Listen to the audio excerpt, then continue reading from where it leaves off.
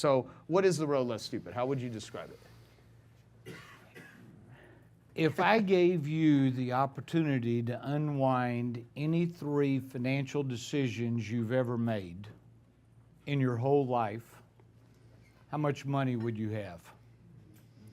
And there's not a person in this room that if I gave them the ability to unwind any one of 3 financial decisions wouldn't have more money.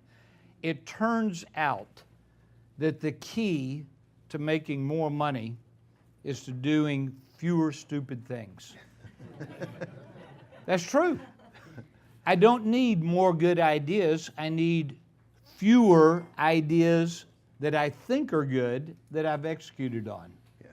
And so I've had the experience over the last 47, 48 years of being in business, of having done some smart things where actually it wasn't that smart, but in reality I was lucky. I happened to catch a big wave, and I mistook catching a big wave with being a good swimmer. Mm-hmm. And it's what Warren Buffett is very famous for saying. Most of you have heard it. You never know who's swimming naked until the tide goes out. And so the key is not can I make it. The key is can I make it and keep it. Right. Those are 2 entirely different skill sets, and in fact, they are almost diametrically opposed. Mm-hmm. What it takes to make money is very different than what it takes to keep it. And most people are so obsessed with making it that as they become more successful, they do stupid things, which winds up sabotaging their overall success. Right. And I know this story firsthand because this is one of the reasons I appreciated you so much, Paul, and your presentation is because I've had the experience of losing a lot of money, $100 million of my money that I made. I didn't inherit it, I made it. You were better off than me because you cut the bleeding at plus 600,000. I didn't cut the bleeding until I was minus 50 million. So I went from plus 100 million to minus 50 million in a matter of 24 months. And when you do that, it takes your breath away. Yeah. I mean, that's a major, major event, not only because of the size of the money, but also because it's the loss is so devastating. And I had so much of my net worth, I had my self-worth entwined with my net worth, which is a deadly combination. Yeah. How old were you during that time? 40. 40. And that was during in real estate? Real estate. Yeah. And what led to the loss? Look at your losses. It's not necessarily pleasant to think back on, but everybody's had some kind of loss that they've sustained as a result of a bad decision or excessive optimism, unexamined assumptions,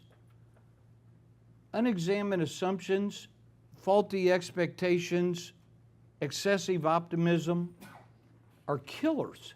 Mm-hmm. Arrogance is killers. Hubris is a killer for creating and sustaining wealth. So the goal to me is not to get it. Mm-hmm. The goal is to get it and keep it. Right. You can get lucky and make it.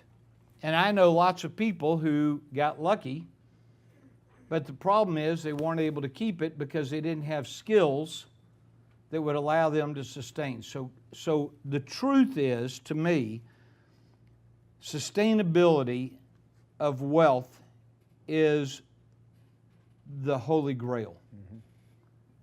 Making it, I can catch a big wave, I can get lucky, I can happen to hit a crease in the market at exactly the right point, and we can wind up being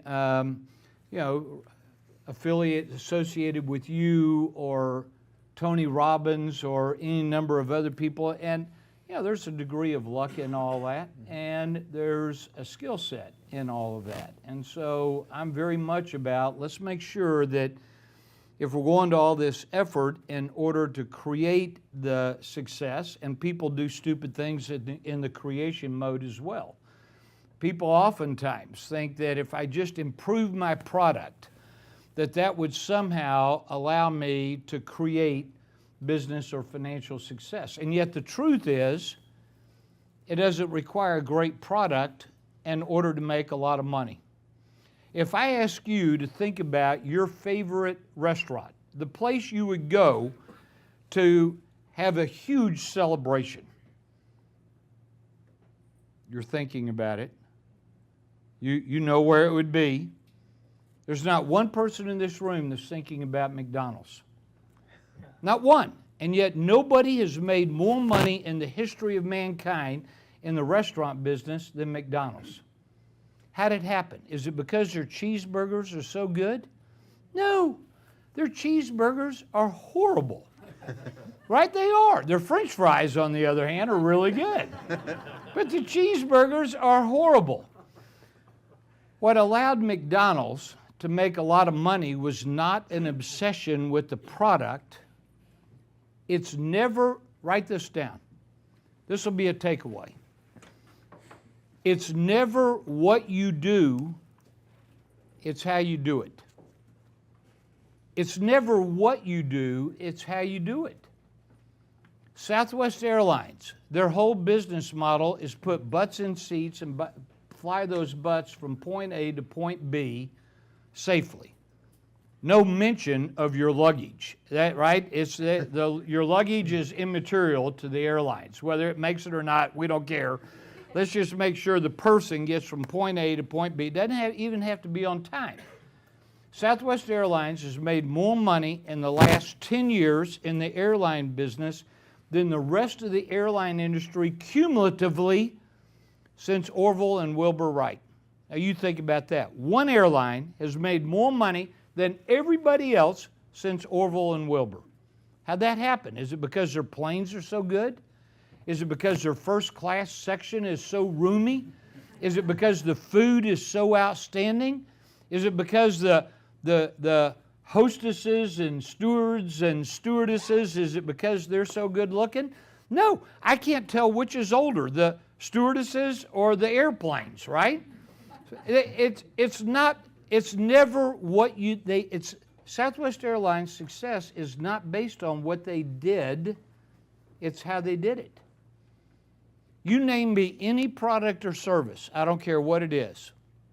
Give me 1 week. You could say chewing gum, shoelaces, seminars, pens, socks. Name me any product or service, give me 1 week. And in 1 week, I'll come back and name you one person who's made millions and 100 people that have gone broke with the exact same idea. The problem is, as entrepreneurs, we become obsessed with the product. We become obsessed with either the quality, and I'm not opposed to great products. That's not the message. The message is, what is it as a business person, what is it that we're focused on? The artist side of me wants to focus on the product and making it better and longer lasting and prettier and more robust. And I'm good with that. We need artists. The operator side of me wants to get busy and get a bunch of stuff done. I got so much to do, and holy cow, if it's going to get done, I'm going to have to do it myself because I don't know how to hire a team or keep a team or have A players or create a culture, or I don't know any of that. I just got a lot to do. That's the operator side. The business person side says, wait a minute, the job is not to react to the problem du jour. What I need to do is leverage and structure. Write those two words down. That's the difference between a solopreneur and a one-person army, a solopreneur, and a business owner. A business owner has mastered two things: structure and leverage.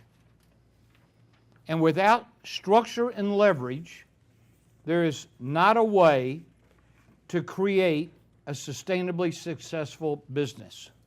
I'm going to say the structure part a different way before I talk about leverage. Yeah. Opportunity without structure is chaos. The Achilles tendon of most entrepreneurs is structure. They hate it. That's why they started their own business, is because they hate the idea of having structure, and yet structure is critical for scaling. I hear a lot of people in here talking about scaling, or scaling is just a Silicon Valley word for growth. That's all it is. How do I grow this thing? Okay, well, if I'm going to grow this thing, I need structure in order to be able to do it. Otherwise, I got kind of a fire drill working with a bunch of people doing a bunch of stuff, and it's not necessarily the most productive thing that needs to happen. Leverage. One of the highest forms, when I talk about leverage, most people think, oh, he's talking about debt. In reality, I'm not. I mean, debt is a financial instrument, it's leverage, but the more powerful form of leverage is who's on your team. So I'm going to ask you a question. If I gave you an opportunity to build a world-class team of A players, and the only people on your team were A players, I mean 7-footers. These are the Kevin Durants. They can do it all. If you only had a team of A players, how many of your existing problems that you have right now would go away? Disappear. It turns out the problems that most of us are dealing with are not even really the problem. Eunice is where I need a little whiteboard, if I can get one. Yeah, right here. Hey, I hope you're enjoying this video, and I want to let you know that I have a new book that's come out, and if you'd like to get it absolutely free, there's a link below in the description, or you can wait till the end of this video, or you can simply go to joesfreebook.com and you can get a copy there. Joe just handed you a piece of paper a second ago and said, thank you, and said, write down one of your biggest problems. So I'm going to ask you right now to write down on your piece of paper one of your 3 biggest problems. Maybe you just did that. Maybe you can refer back to that piece of paper. Maybe you're not going to have to share this. We're not going to talk about it. It's not going to be anything. So you may want to write really, really small so that nobody else can see. Write it really small and just write down or revisit one of your 3 biggest problems that you think you have with your business. Let me give you a thought. The exercise is over. You don't have to complete writing it down. The exercise is over. Every person here has an is line. This is reality. This is the way it looks. This is point A. Point A. And the problem that most people have, in my experience, I know I have this problem, is that I'm not particularly honest with myself about the reality of my situation. I sugarcoat it. When I was at the University of Texas, every day I'd walk past a little message etched in granite over the doors of a building, and the message was, you shall know the truth, and the truth will set you. So you know this, right? And every day for 4 or 5 years, I walked past this thing, and I went, I don't know what this means. What does that mean? You should know the truth, and the truth will set you free. Well, the reality, it dawned on me later, is that as long as I'm lying to myself or not telling the truth, I have no opportunity to make a change. So it's why addicts don't stop using, is because they say, well, I don't really have a problem. I can stop anytime I want. Yeah, I know it's a little bit, but you know, the reality is I'm functioning, right? It's why alcoholics or poor people. Pick a topic. People don't tend to tell themselves the truth. This is point A. We also have point B. Point B is ought. This is the way I'd like for it to look. This is point B. And it turns out that most of us are experts on point B. We have massive clarity on the way we would like for it to look because we've done all this visualization, we've done all this goal setting where you make a goal and then you make it vibrant and then you turn it into black and white and then you bring it closer and farther away and then you put music around it. And so we're really good at visualizing what ought. We tend to suck at what is. And when asked what our problem is, we describe the gap. The gap between where you are and what you want is what you typically describe as the problem, when in reality, this gap is not the problem. This gap is the symptom. I just asked you, Joe just asked you, the last exercise you did, write down one of your 3 biggest problems, and everybody got busy. Real quick. We knew what the problem was because we were visualizing the gap between where we are and what we want. When in reality, that's not the problem, that's the symptom. The gap sits right here. The problem sits right here. This is the problem. This is the obstacle that I need to overcome in order to move the needle on my is line. In order to move the needle on my is line, I need to get clarity on what it is that's truly blocking my forward progress. What's blocking my forward progress has nothing to do with where I am versus what I want. What's blocking my forward progress is the obstacle that sits right here. And it turns out, Joe, that the hardest part of thinking time is getting clarity on the problem that is. If you don't have clarity on the problem that is, you'll be tactical instead of strategic. So I say, I'm 10 pounds overweight. What do I want to do about it? Well, as long as I view the problem as being 10 pounds overweight, which is not the problem, that's the symptom. Hello? Hello? Are you with me on that? Being 10 pounds overweight is not the problem, that's the symptom. But as long as I identify being 10 pounds overweight as being the problem, then what I will lurch to is, okay, should I buy a jump rope or should I join a gym? Should I buy Oprah's latest diet book or should I get a personal trainer? Oh, I know what I'll do. I'll get a piece of home exercise equipment. That's what I'll do. If I just had a Peloton bike in my house, then I would get in shape. Which is why most home exercise equipment and most diet books don't work. Because it's a tactical response to a tactical question. As long as I'm dealing with the symptom, I'm going to be dealing in tactical. And once I say it's not a tactical issue, I need to be strategic and think of strategic and identify the problem that is. So here it is, and then I'll stop, Joe. If I don't have clarity on the problem that is, I'll build a machine for the problem that isn't. Which is what we do 99% of the time.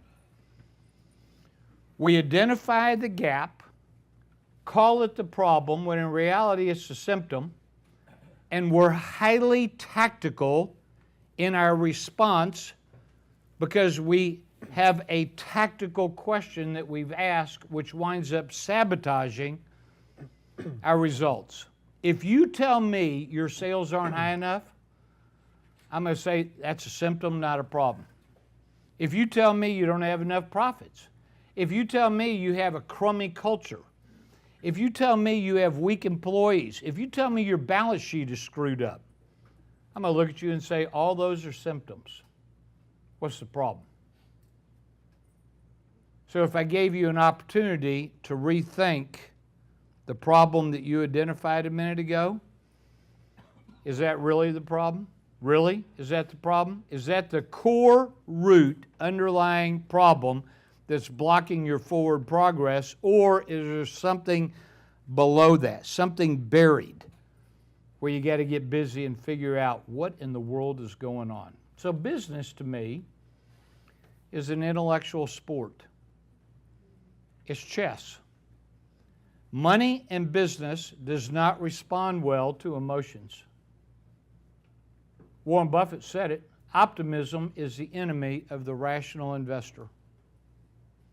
It turns out in business, optimism is your enemy, which is why one of the pieces of advice that you gave is so good, Paul, which was we all need a board. We need advisors. We need people that we will listen to. The higher you go or the higher you want to go, the greater the requirement to have somebody around you who will tell you the truth. Because I can't smell my own breath. I can smell your breath, but I can't smell mine. I can't see my own swing. I can see the shot. I can't see the swing. I need people around me watching me swing who will give me advice, and then I got to be willing to hear that advice. Yeah. As long as I'm arrogant, right, unwilling to listen, it does no good to ask. So business is an intellectual sport, and the people that win the game sustainably have got skills and tools, which is why I wrote the book, The Road Less Stupid. So you've made literally hundreds of millions of dollars, and you've lost the tune of that. I mean, and so there is, I mean, you've told I would rather not talk about the loss. Okay. what I want I will, though. Dig into with you, though, is in the pain of it all, that's where it seems that you've got getting yourself on, say, the road less stupid. You've made, admittedly, some very stupid, arrogant mistakes early on, and you, like what it did to you mentally and psychologically, nearly crushed you. And you told the story how you overcame that, and it became one of the greatest things ever. I'd love to have you, like, how did you learn all of this? What did you need to do in order to get the business knowledge and wisdom that you have done an incredible job of condensing in this really amazing book? Thank you. Yeah. I think you're right in the middle of this disaster. Dan and I were talking backstage when he was coming off and I was getting ready to come on, and I said, I have also had a divorce and a bankruptcy. I feel very fortunate on the sequencing of mine because my bankruptcy came about a year before my divorce. So that sequencing was really important. I would have hated to gotten divorced 5 years before I went bankrupt. Look, I was giving an interview. I don't know if I talked about this when we were together a few months ago or not. I was giving an interview in Ireland for a radio station that was trying to promote an event that was going to happen the next day in which I was going to be the speaker. And the radio interview host, right before I went live, during a commercial break, looked at me and said, look, I've read about you. I know who you are. I know your background. Is there anything you don't want me to talk about? And I said, yes. I said, don't ask me how it feels to lose $100 million. I can tell you, it feels horrible, right? I mean, so don't ask me about that. He said, no problem. We go live on the interview, and the first thing this guy says is, I'm sitting here with Keith Cunningham, the man that lost $100 million. He said, Keith, how does it feel to lose $100 million? And so I'm now stuck because I'm live. And I said, let me tell you how I view this. I view life like a university. And in university, there are courses, and courses have tuition. I just took a course in the University of Life, and the tuition was $100 million. First of all, there's very few people who get to take this course. It's kind of expensive. And so that's part one. Part two is the key is not how much it cost. The key is, did I get my money's worth? Did I take this course pass-fail, where I went in to do the least I possibly could? Or did I take this course and I want to make an A++, because I never again want to have to take this course. It's far too expensive. I think a key is, for me, Joe, and I see this over and over again in my own life and other people's lives, is the mistakes or the failures are not nouns, they're verbs. They don't define who I am. The question is not, did I make a mistake? The question is, can I admit it? And did I learn something? I love what Buckminster Fuller said, who's one of my heroes. Bucky said, a mistake is not a sin unless it's not admitted. The only way it can be a problem is if I don't admit it and then learn from it. And so in the book, The Road Less Stupid, I have a chapter on the log of lessons learned. And those are lessons that I had to learn the hard way. And part of what I do, part of what you do, part of what Dan does, what all the teachers, what all the mentors in this room are doing is they're allowing other people to stand on their shoulders. I'm standing on someone's shoulders, you're standing on, that's the exercise you just did. And it's very powerful. Who is the first domino? Whose shoulders are you standing on?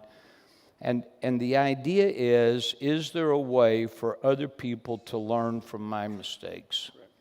And if I can do that, I will have had a successful life. Hey, I hope you're enjoying this video, and I want to let you know that I have a new book that's come out, and if you'd like to get it absolutely free, there's a link below in the description, or you can wait till the end of this video, or you can simply go to joesfreebook.com and you can get a copy there. So you're the highest rated, I think now the only speaker at Business Mastery, Tony Robbins' big Business Mastery event, correct? Or does he have other? We've been told that people like us. Yeah, well, yeah. I mean, yeah. You're definitely the highest rated speaker at Business Mastery, and you read a lot. You're a voracious reader, and you see a lot of people dispensing advice out in the world through books that people, business owners, entrepreneurs, follow that you disagree with. And so I'm going to ask you, which will sound kind of like a silly question. Especially since you said, I don't believe in bathrobes. When people ask you, what's the secret to business success, what would you say to that? Because people always want to know what's the secret. And from a marketing term, I know it works. If I said, here's 3 rules I want everyone to write down, or if I said, here's 3 secrets I want everyone to write down, everyone would literally get out their pen when you say the word secrets. So people are pursuing it, and I think what you do such a great job in The Road Less Stupid of is dismantling so many myths and so much bullshit that exists, that people are being taught about business. And you're a guy that actually has made a lot of money and is very good with it and has gone through it. So when someone says, oh, what's the secret? What is the thing? They're always looking for the easy way to do it. How would you respond to that? So I think the first thing I would say is there are no secrets. There's just stuff you haven't learned yet. There's not a secret. There's no magic pill. There's no little formula that's locked away in a vault someplace that says, oh, guy, if you can just learn this one little thing. this is, and nobody else can learn it because it is a secret. I think that promotes the wrong kind of work ethic. I think it promotes the wrong kind of execution. I think that's the magic pill, tooth fairy, financial tooth fairy kind of mentality, and I strongly disagree with that mentality. I do think there are some things that successful business people do. I think successful business people, some of them make a little list. It's not intended to be all-inclusive. It's intended to maybe spark a conversation or a thought.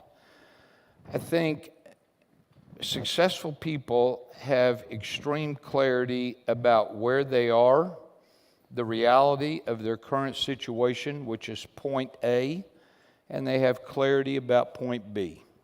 They have clarity about what they want, where they're going. And my experience is that most business people and most business advisors orient towards the second one. It's all about getting clarity on what you want, which I'm in favor of, but I think the only reason Google Maps works is because you tell Google Maps where you want to go, and it knows where you are.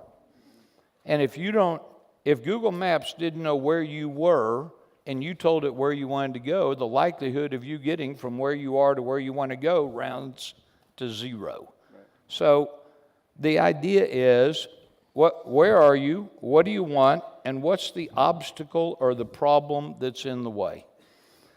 I think the hardest work I do in my thinking time is, what's the problem? Not the symptom, what's the core root obstacle? Because if I'm going to get from where I am to what I want, there's something that's blocking, and I need to know what that is. I need some clarity around that, because if I don't have clarity on the obstacle, I have zero probability of building a machine that will help me solve the problem, and building the machine requires allocation of resources. So there's a bunch of things in this little sequence I just said. There's clarity about where I am, clarity about what I want, clarity about the obstacle that's in the way, some thinking about what's the machine, which is priorities. So priorities, I think successful people are really good at identifying the correct priorities and then allocating the resources to execute on those priorities. I'll say it this way, I'm going to put it on a bumper sticker. A shift in priorities without a simultaneous shift in allocation of resources is wishful thinking. And wishful thinking is at the root of every failed business. They thought the idea was, if they could just get clear on what they want, that somehow what they want would manifest. And I'm going to quickly say I totally agree with Dan and what he just talked about. I think getting clarity about what it is you want is important, but I think because that allows you to filter. But I also think somebody's got to pick up the business end of the shovel and consistently execute. Right. I'm not a believer in the magic pill. So, can I say something? Because this is an interesting point. Because, Dan says as entrepreneurs, just their creativity, make it up and make it real. Now, the making it up part and making it real, all kinds of shit goes squirrely, right, along the way. And what you're saying with the execution, and even like the impact filter, which is a thinking process in order to get clear on the importance, selling yourself on it, what's the success criteria, and piecing it together. Think of the amount of suffering of these idealistic, aspirational desires that are missing all of the roles, the key elements, and the priorities done in a certain way, they actually achieve something, which is why there's so much business success. And I think what you're doing here is getting people to slow down enough with thinking time so they're not so reckless as they're trying to drive, because so many entrepreneurs are just, they're driven, but their drivenness is driving them in the walls. It's driving them into poor health. It's driving them into insanity and a tremendous amount of driving off cliffs all the time. I think that's it. I think this need for speed, I think this need for significance, I think this need for, my friend Alex Mandossian, who's someplace in here, has said it very eloquently. Few things are worse than running the wrong direction enthusiastically. Yeah. And I think there's a lot of truth to that. I think we tend to substitute passion and what we're excited about. I will tell you, whatever your passion is, it's either something you think you can be successful at or you are successful at. Yeah. The instant it becomes unsuccessful, your passion goes to zero and you start looking for the next cool thing. Mm-hmm. So the passion is not, it's just excitement about what I think I could be successful at or what I am successful at. But if you sucked at it, I promise it would no longer be your passion. So I tend to gravitate. I'm probably, and there's a great example right now in the press. This guy, Sun, I don't know how to say his first name, Marushi Sun, who is the guy who put together the $100 billion fund that invested in Uber and WeWork and a dog walking service, and has blown through $100 billion in 2 years. In 2 years. And it's probably gone. The bulk of it is. And I contrast him with somebody like a Warren Buffett, he's been at it 60, 70 years and has built something that has withstood the test of time. And I compare that to what other people are doing, and it seems like there's a lot of people that are optimizing for a one hit, and it may turn out good, but I'm not sure if it's sustainable because there's a lack of business skills and tools. I'll say it this way.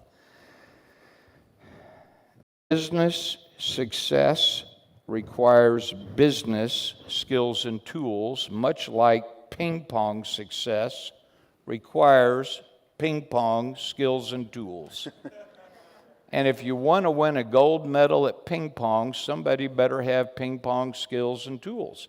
And the same thing is true with business. If you want a gold medal in business, somebody better have some business skills and tools and bring more to the table than simply an excitement about the idea. Somebody's got to execute something.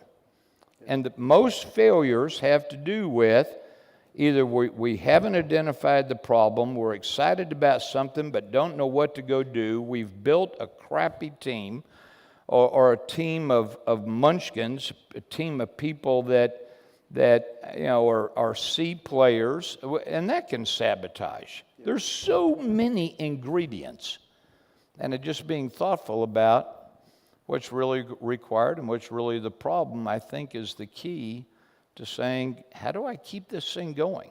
Yeah. The environment's always changing. The environment is the only thing, that's the only thing that's always changing. So a good idea today could be a bad idea tomorrow, and vice versa. So I think one of our jobs as business owners is to be thoughtful about, good, how are things changing? Either the competition, the economy, the White House, Brexit, North Korea, interest rates, price of oil, the competition, consumers, I'm changing.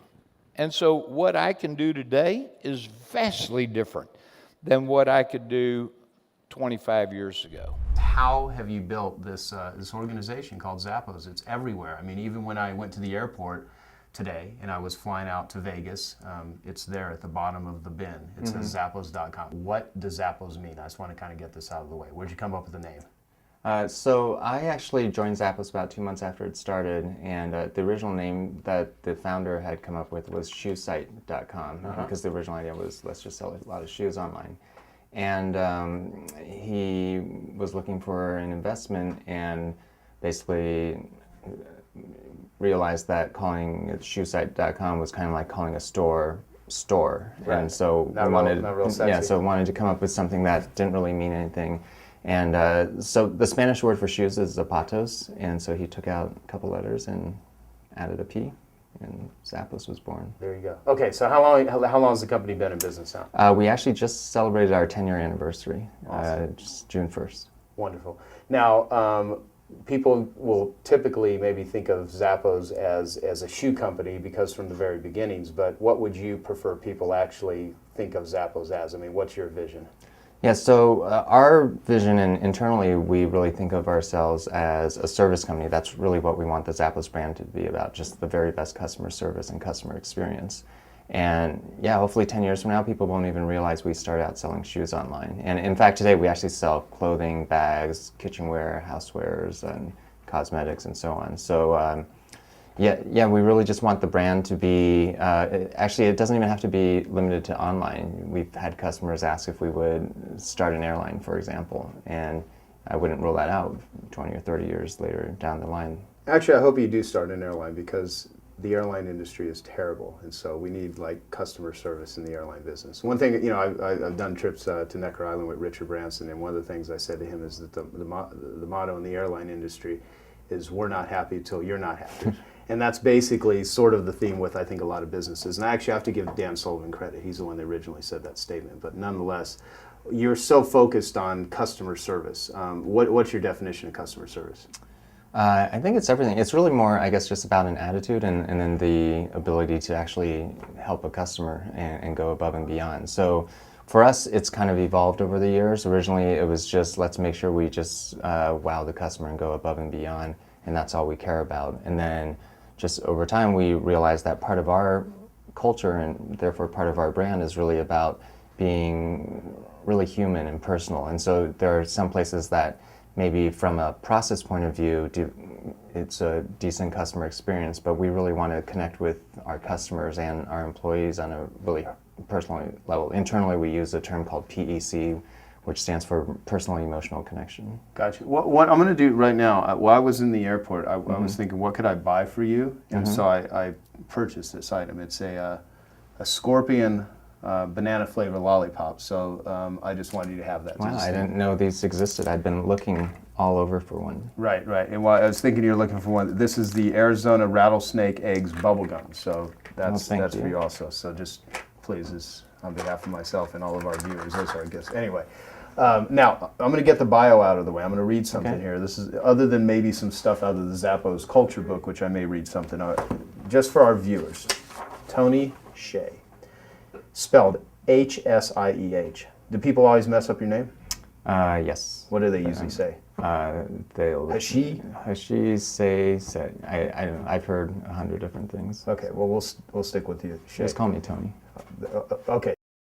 Tony originally got involved with Zappos as an advisor and investor in 1999, about 2 months after the company was founded. Over time, Tony ended up spending more and more time with the company because it was both the most fun and the most promising out of all the companies that he was involved with. He eventually joined Zappos full-time in 2000.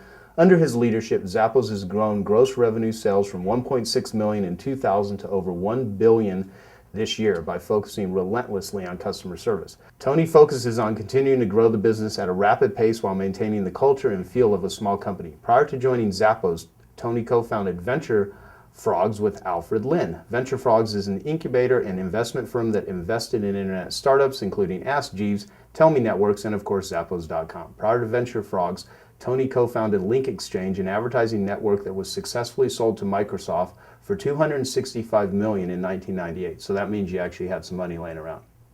For the investments, yeah. Good.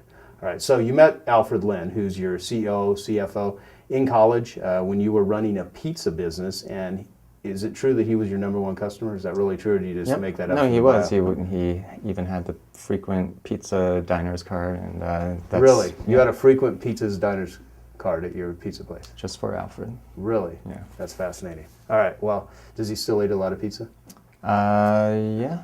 Although probably not. I mean, he used to eat it every night. I don't think he does anymore. Okay, so here I am with the lovely Liz, and Liz is known as Tony, Shay, and Alfred's time ninja, basically.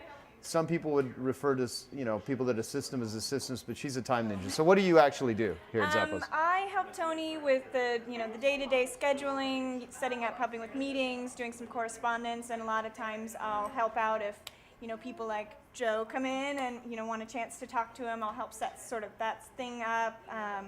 I just do a little bit of everything all day long, and I work very closely with Jerry.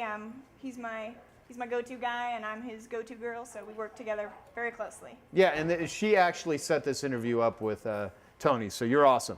Now, Jerry is known as the mayor here at Zappos, and what Jerry's going to do is just literally take you through a tour of this and show you and point out what everything is and how it works, because he takes people through Zappos all the time and explains how this billion-dollar company works. Our founder, Nick Swinburne, was looking for these pair of shoes in a mall in 98. And if you can remember back that far, the internet was like the space program. It was just kind of out there. So he decided he was going to sell shoes on the internet, and everybody laughed at him. So he called over to Nordstrom's and got a guy that I worked with, Fred Mosler, and pitched him the idea. And actually, Fred left us and went with Nick, and the rest is history. We did $1 billion in gross sales last year. We're number 23 in the Fortune 100 best companies to work for. We're actually the fastest new company to get onto the list. How many employees does Zappos currently have? We have about 1,300 employees, and about half are here in Las Vegas, and the other half in Kentucky. 1,300? Okay.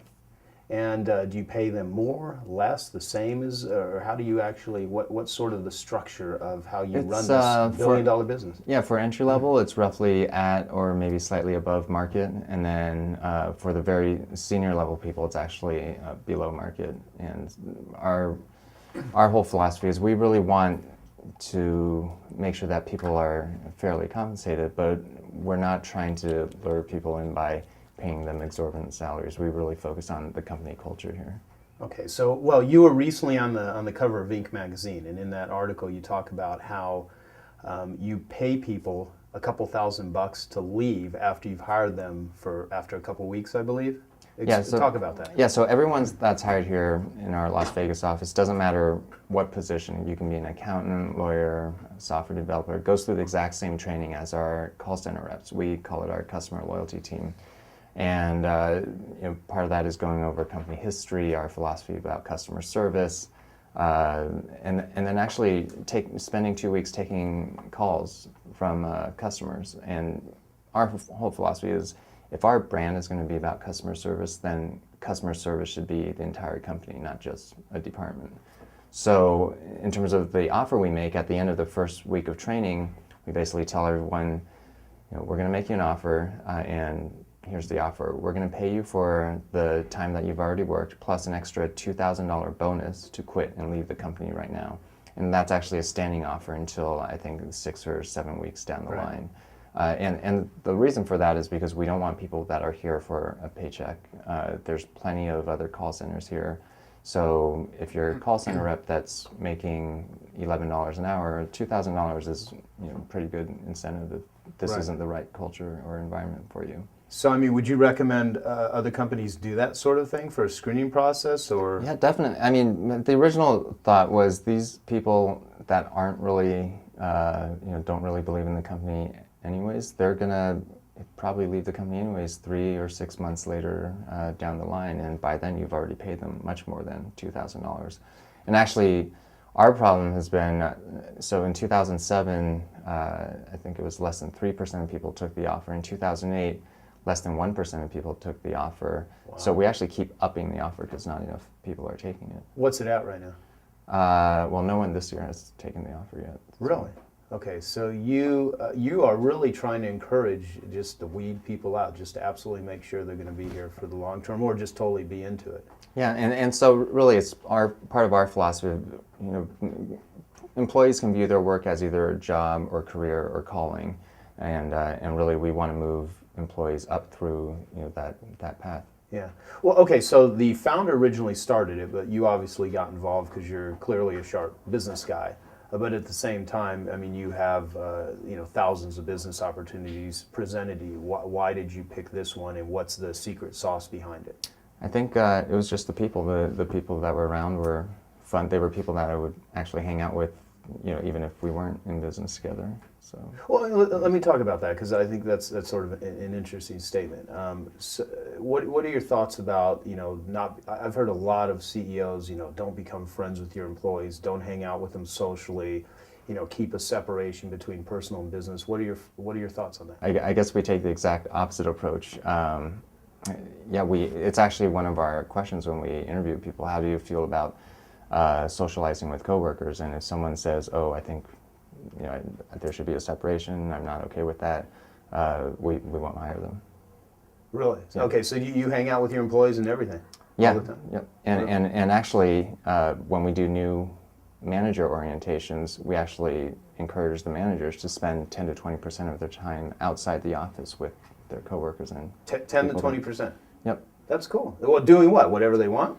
So for different, it kind of just depends on who's in the group and what they're interested in, but for some people it might be they go hiking together, for others it might be happy hour, for others I think there's something going on with one of the departments where they're going bowling together, so and then a lot of departments will mix it up as well. Well, do you go out drinking with your employees and stuff? Yeah, we have many parties and celebrations here. And I have a confession to make. Really, the videos and everything here, Tony, there were some people that were concerned. This is really an intervention, and we wanted to just make sure that you're aware of that. We're going to kind of ship you off, and we've got a van waiting downstairs. All right. All right, so just kind of stay tuned. Well, what are some of the biggest mistakes that people? You say because of the people, but the culture here is developed. It doesn't just happen. There are certain elements that are taking place here.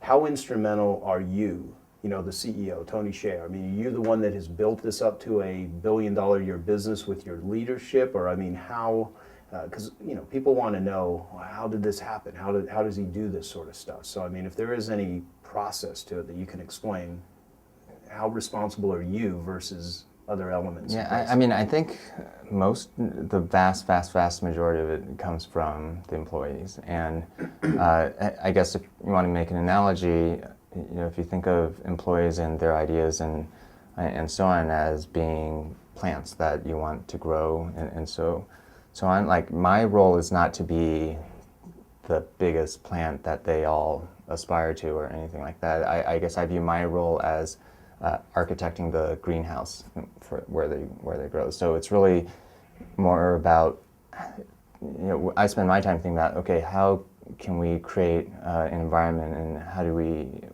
what processes can we have where really employees feel like they not only have permission, but are encouraged to just be themselves and let their true individuality and creativity shine. And that's true whether it's talking to customers over the phone, because we don't have any scripts. We just want them to do what's appropriate for their personality. To as you walk around into our offices, you'll see the cubes are decorated differently by different teams, and it's really and I can't predict all the stuff that happens. A lot of times I'll walk by and be like, oh, what's that? That's kind of interesting and new. And what ends up happening is so we didn't always have all of these cubicles or aisles decorated. It was more just one team decided to do it, and then the team next to them was like, well, we can outdo you, and then it just is very organic and just takes a life of its own.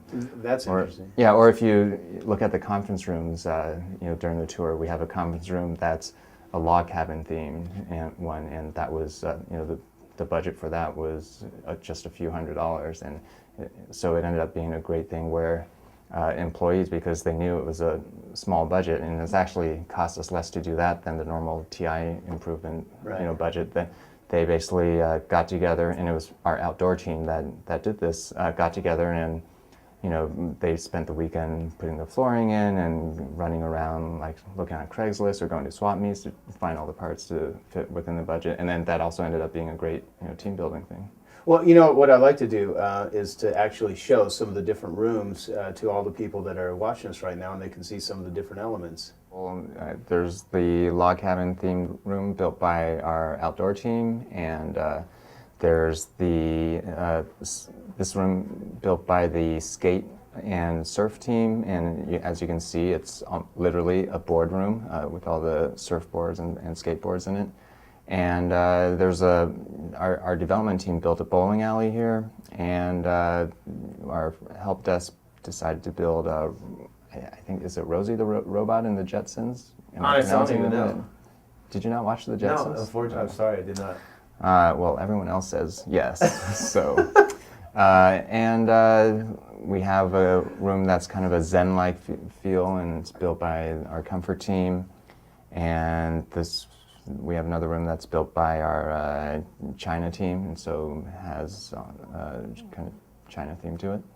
So we have a room with, you'll see Polaroids all over the wall and a giant throne there. And actually, that's the office of Dr. Vic, and his job title is actually just coach.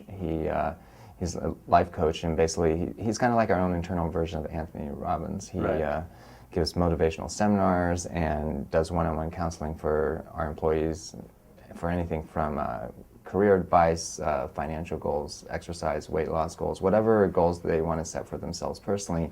He'll help them set them and then check in on them on a regular basis to make sure they're progressing. This is actually Dr. Vic's office. He's not here right now, but we'll give you a little history of what it is. So in the beginning, Dr. Vic's a chiropractor from Northern California. Nick, our founder, was going to him for an adjustment, and he said, I've got this great idea, give me $20. So Dr. Vic gave him $20, then he gave him another $20, and they gave him another $20. So he's actually one of our first investors. Joe, we're gonna have you go ahead and have a seat in the throne here, and we're actually gonna take your picture. We have some crowns and we have tiaras, both, whichever way you want. Joe? I think I will pick this one. All right, excellent. And there's a big ruby on the front there, excellent. You're looking good. All right, so everybody gets one of the pictures here. Now, if Dr. Vic got in a physical fight with Tony Robbins, you think he could take him? I don't think anyone could overtake Tony Robbins. Yeah, he's a big dude, huh? Yes. Yeah, he's a big guy. Anyway, I think if you went at the knees, I think you could get him down at least. Maybe wrestle him to the ground. What is your favorite room do you have one? My favorite one is probably the log cabin themed one that our outdoor team built. What's your home like? I mean, do you carry the same sort of shenanigans to your house? A little bit. So I basically have each of my guest rooms decorated and themed after a different Vegas casino. So when visitors come, I can just say, "Oh, you're staying in Mirage," or "You're staying at the Hard Rock." So it's very easy. What's it like being in Vegas, doing business in Vegas? It's such a crazy town. Well, it's crazy on the Strip, and so most people don't really realize that it's completely different as soon as you get off the Strip. And off the Strip, it's like any other suburb. But it's nice that the Strip is always there if you need it. And so I personally don't normally go to the Strip unless there are friends in town or vendors in town. Right. Well, like for instance, here is the Inc. magazine that you were on the cover, and this is a fantastic article, and it's why everybody loves Zappos. How do you feel about being on the cover of a magazine?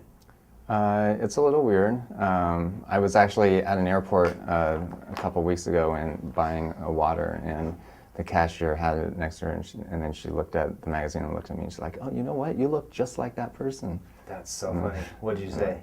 I just nodded. You don't strike me as a guy that's like bragging a lot and wanting to be real famous and out there, swinging from the rafters or whatever the term is. Yeah. So, well, I don't actually personally want to be famous, but I want Zappos to be famous. And I really enjoy being part of building consumer brands because it's kind of like the best parts of fame without the worst parts of fame. Gotcha. Okay. What I'd like to ask you about is building a brand. What does a brand mean? I mean, I'm in the marketing business. My company, Piranha Marketing. I'm very much against image advertising just for the sake of getting your name out there. I very much like getting your name out there and getting a response back. And one of my favorite definitions of branding came from David Ogilvy, who's a fantastic advertising guy, who wrote Ogilvy on advertising. He said it's the personality of your product or service, what it is you do. What would be the Tony Hsieh definition of a brand? I guess there's a few different ways you could define it. One is it's basically just a shortcut to an emotion or a set of emotions. And I think it used to be that brands, big companies could go around and say, okay, what do we want our brand to be? And then they could just broadcast it on TV, and then that was their brand. Whereas today, brand is really no longer completely in the control of the company or the corporation. It's really just what your consumers or customers think of you. Like that's your brand. So they're really in control of your brand. So, we talked about the airline industry earlier in this interview, and the brand of the airline industry is bad customer service. Right. Not any specific airline, but the industry as a whole. And yet no airline set out to say our brand should be about bad customer service. So, how did that happen? And it's because consumers talk to each other, and then they form their own opinions, and then they have an emotional, response whenever they hear airline industry. Well, I mean, so you're clearly doing something here that is continually building this culture. And I mean, you even talked about in your culture book and in the article and stuff about, the importance of culture. What does that actually mean? I mean, for an entrepreneur out there that's, watching this right now, I want to create a great culture in my organization, in my business. What does that actually mean? Well, for us, we've kind of formalized the definition of our culture into 10 core values. And so really our belief is that a company's culture and a company's brand are really just two sides of the same coin. And the brand is really just a lagging indicator of the culture. And so, you can get away with your culture going downhill today or this year even, but eventually it's going to catch up in terms of how your brand is perceived. Well, let me actually, I have this marked here. It's page 12 of your culture book. It's, let's see, the cultures of Zappos. Okay, our culture is based on 10 core values. I'm going to read them here. I'd like to actually then go and ask you about a couple of them. 1, deliver wow through service, W-O-W. 2, embrace and drive change. 3, create fun and a little weirdness. Number 4, be adventurous, creative, and open-minded. 5, pursue growth and learning. 6, build open and honest relationships and communication. 7, build a positive team and family spirit. 8, do more with less. 9, be passionate and determined. And 10, be humble. Let's first talk about wow. What do you mean by wow customer service? I wrote a manual for professional cleaners, which is one of the niches that I train. We're actually the largest training organization in the professional cleaning and restoration industry. We've got thousands of small companies that are in that industry. And one of the chapters I wrote 15 years ago was, wow your clients. Mm-hmm. So you just, leave them with a smile on their face. What does wow mean to you? Yeah, it's essentially that. It's, are you eliciting a positive emotional response from the customer? And there's different ways of doing that. For example, a customer might call our call center, and one rep might be really chatty and love to tell jokes and is making the customer laugh. And after the customer hangs up, that's not normal for when you call customer service at most other companies. But then if that customer calls again later and gets a different rep, maybe they don't, that rep is not a joke teller, but they're from the same hometown, and then they can bond over that. Or they hear a baby crying in the background, and the other one's also a mom, and they can talk about and bond over that. And that's also very unusual. And so I guess at the end of the day, the criteria would be, is it story-worthy? Is it something that the customer is going to not only remember, but tell their friends and family about, and have a lot of positive emotion associated with it? Well, I want to break this down a little bit, because it's in order for someone to do something like that, have a baby or a dog barking in the background, and be, to have that ongoing conversation and bond with people, they need to feel that they're not going to get in trouble. So do you have a company without boundaries, or is it like a self-imposed sort of no one really crosses the line, or how often does it get like over the top? I don't know if it's ever gotten over the top. I mean, we basically, that's part of our training. We're like, here are ways you can connect on a personal, emotional level with customers. And, you don't have to do these ways, and really we want you to figure out your own personal way that works for you and your personality, and then they'll practice that and get better over time. Okay, so and you say you don't use scripts. Right. So have you ever tried to use scripts and just said we're done with this, or No, right? it's just always been part of our I guess just general philosophy that it's pretty hard to give great customer service if you're scripted. Who do you get advice from? I mean, when you're trying to figure out, what could I do here? I want to try something. I mean, how do you take advice, and how do you implement things that you think would be worth trying? I guess I really enjoy reading business books about all different topics. So some are about marketing, some are about just culture or organizational structure and so on. And personally, I guess I'd take a little bit away from each book, and then also just like meeting lots of different people from all different backgrounds, not just the business world, and there's something you can learn from everyone. So Okay. those are probably the main ways. Well, there's one here which is create fun and a little weirdness. All right, so I very much like the way this sounds. So what does that mean to you? Well, our belief is that everyone's a little weird somehow, and so it's really more just a fun way of saying that we recognize and celebrate each person's personality and individuality, and we want their true personality to shine in the workplace, and whether that's over the phone or with coworkers, we just want people to feel comfortable being themselves. And then when people actually are comfortable being themselves, it's amazing how many creative ideas come out of that. Right. Do you think most people in the workplace are very uncomfortable being themselves, if you had to look at most businesses? That would be my guess. Yeah, well, of course. I mean, it's sort of like a loaded question. I think it's obvious. Yes, Joe, I do think that. But again, I don't know. But you'd think with as many people that are spending a third of their life working, how has it become? You'd think that more companies would be like Zappos. Well, why do you think they're not? I think it's because it's the way it's always been. If you look at the history of corporations, it used to be really manufacturing and factory based, and where there isn't room for a lot of creativity. You don't want someone that's manufacturing certain things where the number one priority is lowering costs and having the least amount of defects possible. You don't want the guy there to just say, "Oh, I'm going to assemble this thing randomly," and so that made sense in that environment. But we live in a completely different world now. But the management practices, their old habits are hard to break, I think. Okay. So this is Monkey Row. This is where Tony, Alfred, Fred, Steve sit. They're right out in the open. The best way we feel to have an open door policy is not to have any doors, and so they're readily accessible whenever they're here. Come on in and ask them a question, get some feedback on whatever you need. Actually, this is Tony's fun box, so we kind of add to it every day. Our friends from Blue Star Jets came in, and there's actually some different movies and stuff like that.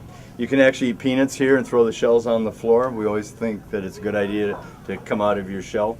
This is actually where Liz sits. She's she's Tony's time ninja, and she's also one of the Zapettes, so it's very cool. But open door policy, just come on in and have at it. Do you consider yourself a good businessman? I mean, what do you think of yourself as? I guess I consider myself to be more open-minded than most people in business, and I think that open-mindedness and flexibility kind of go in hand. And there's actually a quote by Charles Darwin about evolution where I don't remember the exact wording, but it's something like the species that survives is not going to be the smartest species or the fastest ones. It's the one that's the most adaptable to change. Right. And I think the same is true for business. Okay, so that's it's funny. I went to Galapagos recently, and I went to the Darwin Research Center, and it's amazing to actually see that, because it's true. There are some very strong creatures that never quite made it because they simply didn't adapt, and so forcing your way through something is not always a solution. In the article, in the Inc. magazine article, you know, they talk about you're a very low-key, quiet, reserved sort of guy. I mean, are you like an introvert? Are you shy? I mean, how do you consider your personality? Because, you know, we've gone out to dinner before, we've hung out a little bit, and, you know, you're a guy that always strikes me as hearing a lot. You really listen to a lot of things, but a lot of times you don't always respond. So I think you just take a lot of stuff in, but it's always curious what the heck is, you know, going on in your head. How do you consider yourself personality-wise? Oh, definitely introverted, shy, and you know Evan Pagan, and so I think it was he that told me. I think he had read somewhere about, you know, what's the difference between an introvert and an extrovert, and he said extroverts talk as their way of thinking, whereas introverts like think and then talk afterwards. And so for introverts to talk, it's actually like after talking a lot or interacting with a lot of people, like I think introverts need to just take a break, be by themselves and decompress and so on, whereas extroverts afterwards are actually more energized than they were before they started talking. Gotcha. Oh, that's a great way of looking at it too. So if you had to go out and really, you know, do a big team meeting or do a public presentation, then your natural reaction is, I'm going to go kind of decompress for a while. Yeah. So definitely after I like when I go speak at your thing, I'll definitely want like a half hour just to chill and yeah. Well, no, the reason I ask about, you know, being introverted or extroverted is you're a guy that puts yourself out there a lot publicly. I mean, you've been on some, you know, major media, you know, channels, news, interviews, and whatnot, and you're a public figure. Is that something that you want to do because you're challenging yourself, or or do you look at it as doing it for the sake of Zappos, or is it something that it allows you to grow? I mean, what are the reasons? Yeah, no, it's I would say it's for the sake of Zappos. I actually, you know, a lot of organizations only want to talk to the CEO, and so we're trying to figure out internally how do you scale, you know, and we're actually getting more people from different departments to do public speaking and so on. But it's definitely a challenge, and definitely, you know, one of the parts of the business I think is not scalable. What I really like the Blue Man Group because, you know, they can replicate themselves, and you know, so, you know, that's something we're considering. We'll just paint ourselves some color in. Honestly, you should do that, like the Asian blue man. Or the other, well, so, and then the other solution, this has been a challenge I've been thinking about actually for the last couple of years, and haven't come up with a great solution. But the other idea was, did you see Total Recall?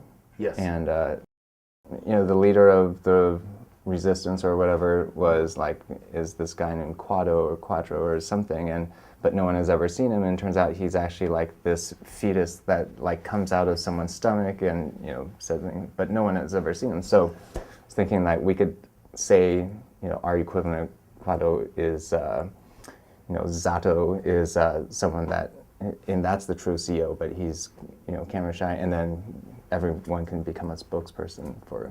Wow, you know, I am so glad I mentioned the part about create fun and a little weirdness, because that is one of the strangest things I think I've ever. Watch the movie and it'll make much more sense. Yeah, but I totally hear what you're saying. I mean, yeah, because the challenge is, okay, but this is good though. So you've built $1 billion a year company here. I mean, you're growing. This is a large organization. You're reaching, I mean, how many thousands of people are you servicing a day that are buying stuff off Zappos? We have close to 11 million paying customers. Okay, so for people that are watching this that are single-person entrepreneurs, or they've got a handful of employees and they want to get bigger, I mean, you know, you're a pretty big organization that's growing bigger and bigger. What are some tips and suggestions that you would have? Because one thing that absolutely separates you from a lot of people, in spite of saying, hey, I'm, you know, an introverted guy, I don't, you know, always feel comfortable going out and talking, and when I publicly speak, I feel like decompressing, you're still a huge risk taker, and you're still driving.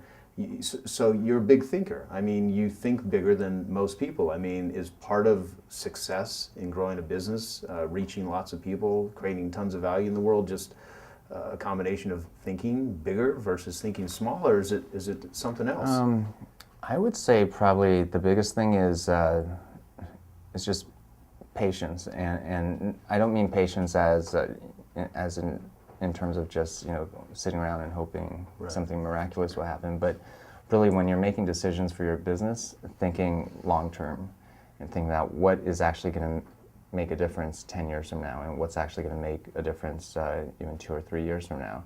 But I think most people get stuck in what's going to make a difference this week or this quarter or even this year. And when you think longer term, the decisions you make end up being very different.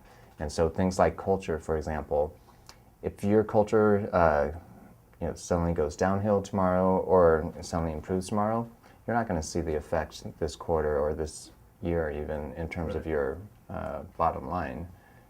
But 2 or 3 years down the road you will. And same thing with customer service.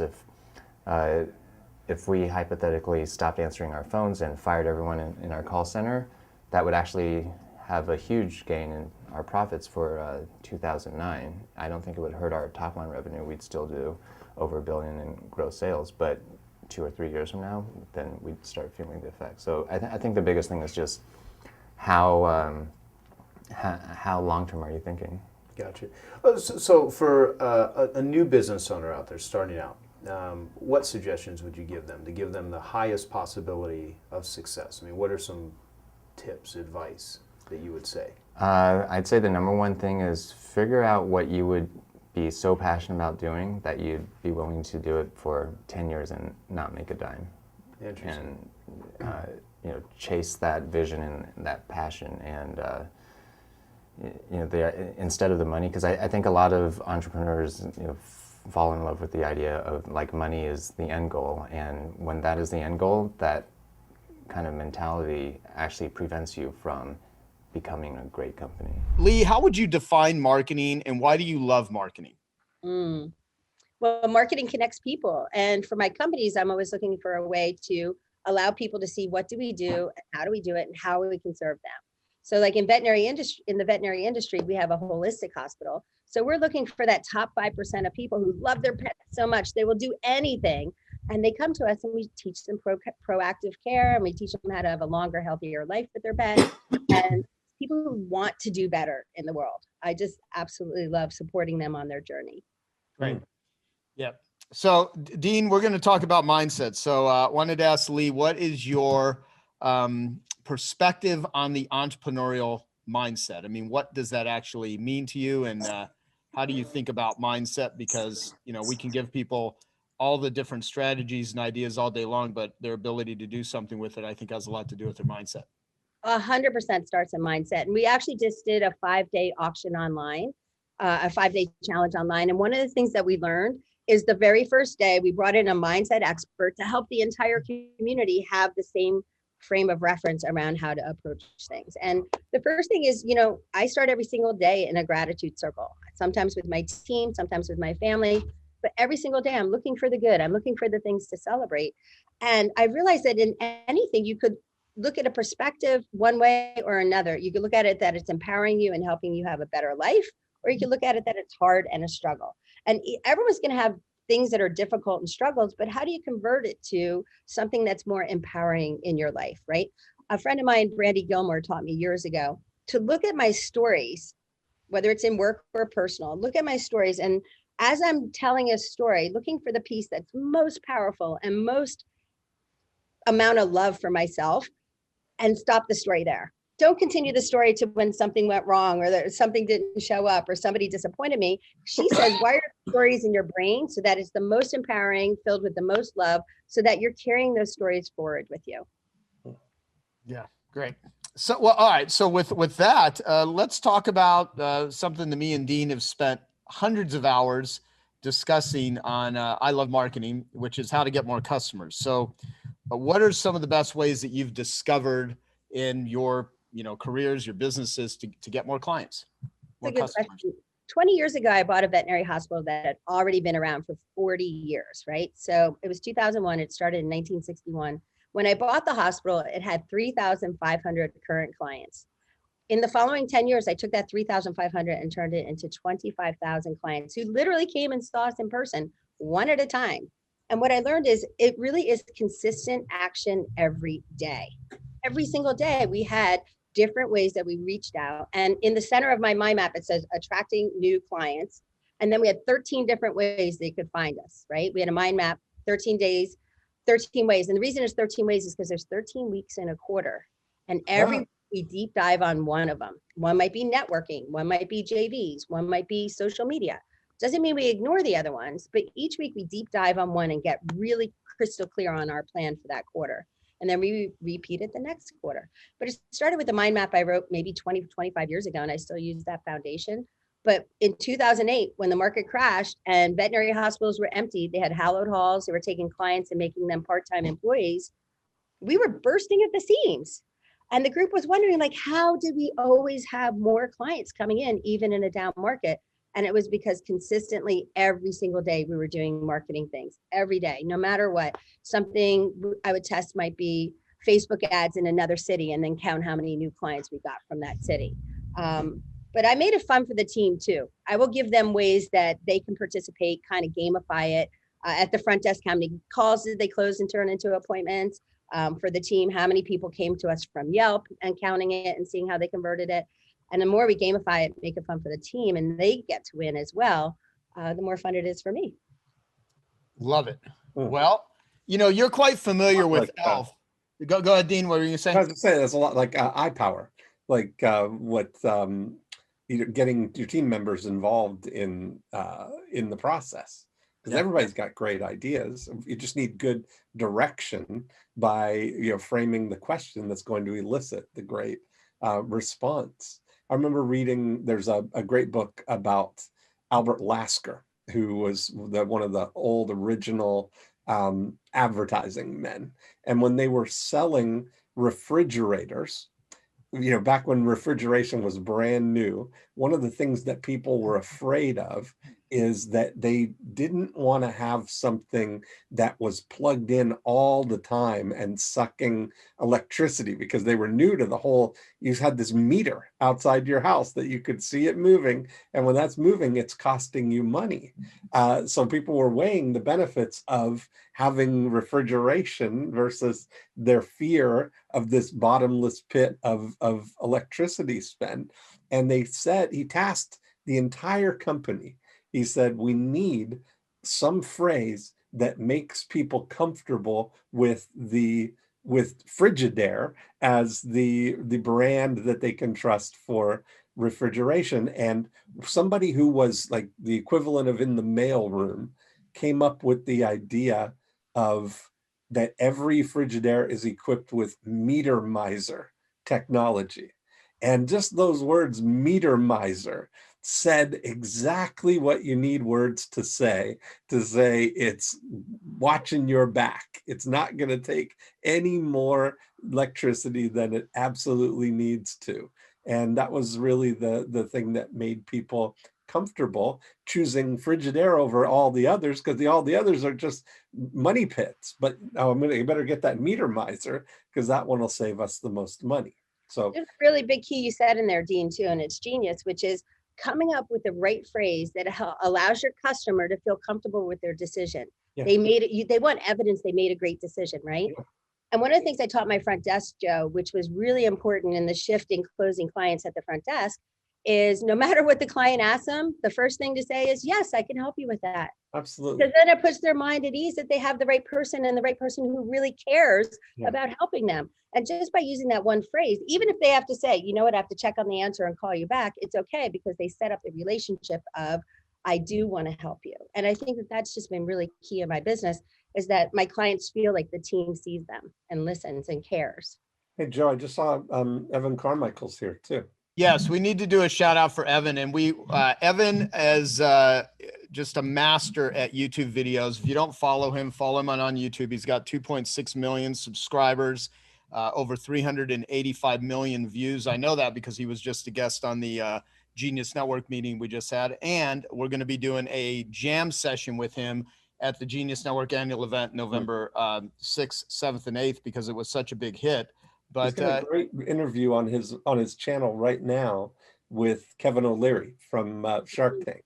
And he brilliantly did a two-parter with him, where it's one half of the interview on his channel, one half on Kevin O'Leary's channel. So is a great model for collaboration there. Well, Evan, why don't you pop on and explain what that is, and then post it in the link so people can watch those interviews. And if there's anything that you want to say to either make fun of Dean or to ask Lee or mention anything, feel free, wherever you're at out there, bouncing on his trampoline. I'm sure. Where are you at right now? I am on my trampoline, and you know, I just discovered Dean is a fellow Torontonian, so we can't make fun of him.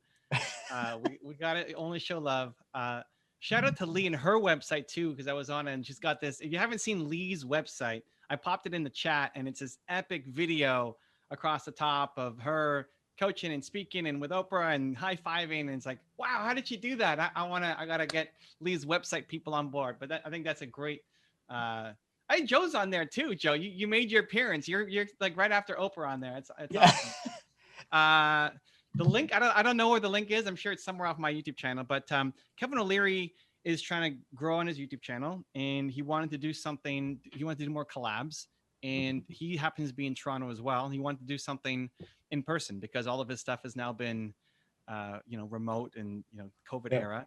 And so we connected and we did a 2-part series. We had 2 hours or so of time to talk. And what we did was we took questions from both of our audiences. What do you want us to answer? And then we went through about 11 or 12 questions, and we put half on my channel and half on his channel. And since I edited it, or my team was editing and filming it, we took our favorite questions and then gave him the rest. But they're still good on both channels. And one of the great things you can do on YouTube is there's a thing called an end card, which in the last 20 seconds of every video, you can call things out and it's clickable. So that could be your PDF download, that could be your lead magnet, that could be sign up for your email, that could be your website, that could be your offer that you want to send people to. And so what we did was we did a thing at the end where we said, hey, if you want to see part 2 of this interview, go check it out on Kevin's channel or on Evan's channel. And we called it the Kevin and Evan show for that day. And it's just ready to do collaboration. So anybody who's doing YouTube, I always love Genius Network events. They're great, amazing people, huge, warm hearts here. And so I'm looking forward to the annual event and jamming out with all you guys. Awesome. Yeah, awesome. Yeah, and there's a bunch of Genius Network members that are here too. So Evan's going to do a whole session on just how to really build and grow a sustainable YouTube channel. So, which is awesome. So Lee, you know a lot about ELF, easy, lucrative, and fun, running an ELF business versus a half business, which I refer to as hard, annoying, lame, and frustrating. What does an ELF business mean to you? Because you tend to have a lot of fun in what you do. It's true. And that is the actual criteria when I'm taking on a project. Is it easy? Is it lucrative? Is it fun? And my team knows it as well. They run it through the same filter. I actually spoke to 8,500 event planners last month, and I drilled this home so much that one of them sent me a gift with Lee Richter, easy, lucrative, and fun. I'm like, well, it's actually Joe Polish, but I give you credit, but they just have heard it so much because I think, why make it anything else than easy, lucrative, and fun, especially at this time in my life when I have so many choices. And that is literally the filter I go through first for every project. It has to meet those 3 criteria. Seems so simple, but there's things that don't meet that criteria and I cut it out.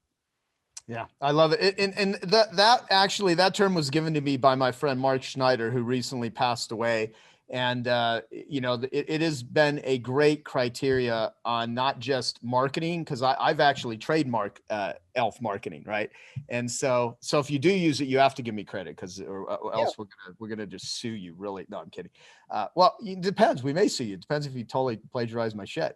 But I love the term ELF, and I recommend using it as a criteria. Use it as a process, and it's helped me.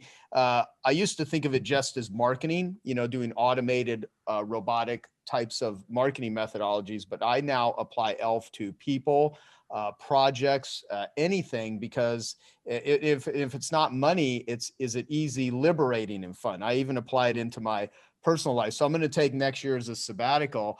And so there's going to be a lot of things that need to be just ELF for me that aren't money related, but they're, it has to be liberating. So I highly encourage it as a filter, because the Genius Network members we have a tool called ELF versus half, where they list what are the people and the projects and things in their life that are ELF, and what are the things that are hard, annoying, lame, and frustrating, and really take a look at, how do you eliminate the half and how do you get to the ELF? So one thing I have this question I wrote down here, and then I'm going to ask Jeff Madoff to ask you a question about PR. How can people utilize tough times, as many people in the world have been going through incredibly difficult times with the pandemic? How can people utilize tough times as a springboard for greater success? And what does that word that gets thrown around a lot, success, mean to you? Well, success is that I have freedom of time and I can make choices on how to spend that time. That's what money buys me, is freedom of choice, period. That's how I see it. The way right now, you know what? Looking at tough times, the first thing I did, I remember on March 16th, I sat down with my manager and I'm like, what has changed in our world right now? And we wrote a list of 25 things that have changed based on COVID and the pandemic, but immediately turned it into what can we do about it? And then a week later on Slack, they were celebrating how things were actually getting better, but it was because we were identifying the challenge and overcoming it together that they were excited about it, right? They weren't afraid anymore. And they also knew if any changes happened, they'd find it on Slack. So they didn't have to worry about us making different changes and doing things in the company unless they were included. But I tell you, we have had so many more opportunities come out of this pandemic. Our company's up 31% this year. The team feels essential. They feel excited. They feel like people really need them and want them. And so what I do is I highlight that every Friday. I write, here's 10 things we're celebrating right now. And one of the things I've learned is to share that list with our clients coming in too, so that they could see the value of the team. And by sharing it not only with the team, but with the clients, they could see we're celebrating the team, but also what we have to overcome as well. Because the clients are coming with their perspective of what they have to overcome, but they're not thinking about all the things we have to do to be there ready for them. And so I think by highlighting that, it's now elevated on both sides, the appreciation. The clients appreciate the team more, and the team appreciates their position more. They have seen so many people lose jobs, lose opportunities. And even last Friday was Boss's Day, and they came in and they wrote me this beautiful card. And each one of them is like, thank you for being a leader and helping us be happy rather than scared. And I think a lot of that is just being consistent, sharing what is the challenge, and then overcoming it together. Okay, I hope you found that video awesome and useful. So if you want to get a free copy of my book, I want you to click here. And if you want to watch some more videos that'll be useful and awesome, click here. Go ahead. You're over here. Do it now. Come on. Thank you. Watch them.